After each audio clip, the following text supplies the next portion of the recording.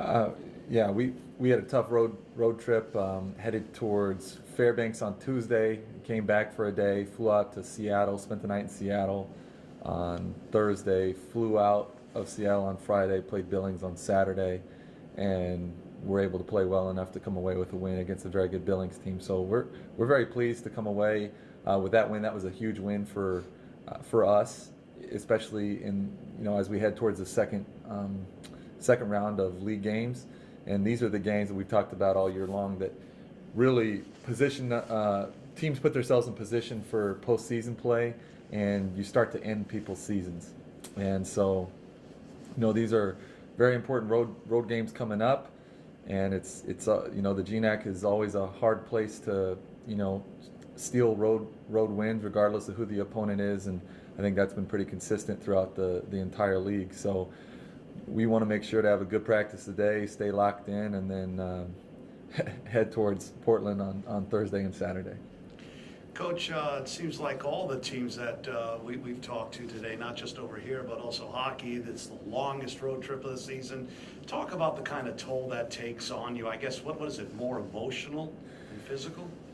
Yeah, I mean, you're away from your family or your surroundings here at UAA. You don't get to sleep in your own bed, and just things like that. You're eating restaurant food and hotel breakfast, and we're Division II, so we're not riding around in van or charters or anything like that. We're in minivans and we're packed pretty tight. So it's definitely not a life of luxury on the road. But we do our best to stay disciplined with the way that we eat, the way that we take care of our bodies.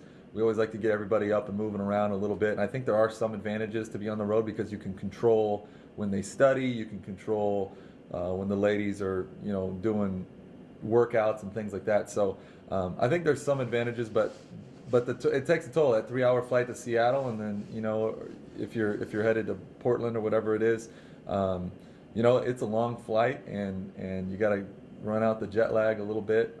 So yeah, it takes a toll on you, but I think we've done a pretty good job here in the last 2 years of getting a system down and staying consistent with road games. What are your thoughts going into a place that you've never played before? I'm excited. I'm excited for the ladies. It's Concordia is in a neat little area of Portland, in northeast Portland. It's kind of a hipster area, and my brother lives there, so we'll go visit the Nike campus, which is where he works, and be able to show the ladies. I know a lot of them have interest in that area, and being able to stay in athletics and things. So just to be able to show them that area of the United States, I think that's part of collegiate athletics, is just to be able to see new places and new faces and show them different parts of the United States. We're pretty fortunate that way. Jenna, I guess playing everybody a second time now. When you played Concordia earlier, that was a decent game for a half. Is there anything that you guys working on together as a team to play a full 40 minutes here? Yeah, we know that we didn't play our best, especially start out the game, and so that's something that we've been working on all season. It's just to put all quarters together to come out ready in the first quarter to set the pace for the rest of the game. Jenna, your thoughts about making this long road trip, 2 weeks on the road? Oh yeah, I was definitely nervous for last week for sure, because it was our first time having to do the Fairbanks Billings trip, and going to Billings is always tough. It's the longest road trip, so I was pretty excited to come out with a win on that one, and to be on the road again. We knew it was coming, so we're just doing what we can, while we're here for the 2 days to get caught up on school and get prepared to go travel again. I think most people have known for a while that you definitely shoot ball, but I just read the other day that you're actually the active leader in Division II in percentage.